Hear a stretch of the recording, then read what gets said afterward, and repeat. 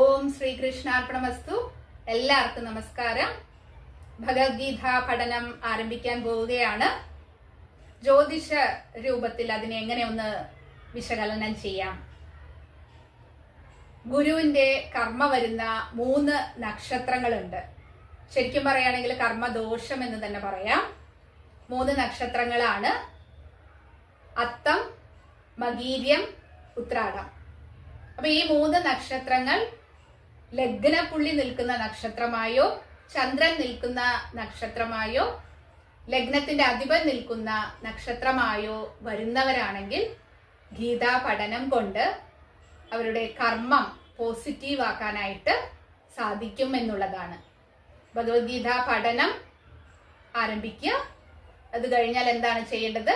മറ്റുള്ളവർക്ക് അത് പഠിപ്പിച്ചു കൊടുക്കുക എന്ന് ചെയ്യുമ്പോൾ നമ്മുടെ കർമ്മദോഷം, ഈ പറഞ്ഞിട്ടുള്ള നക്ഷത്രക്കാർക്ക് അവരുടെ കർമ്മദോഷത്തിനുള്ള ഒരു ഉത്തമ പോംവഴിയാണ് ഗീതാ പഠന ക്ലാസ്.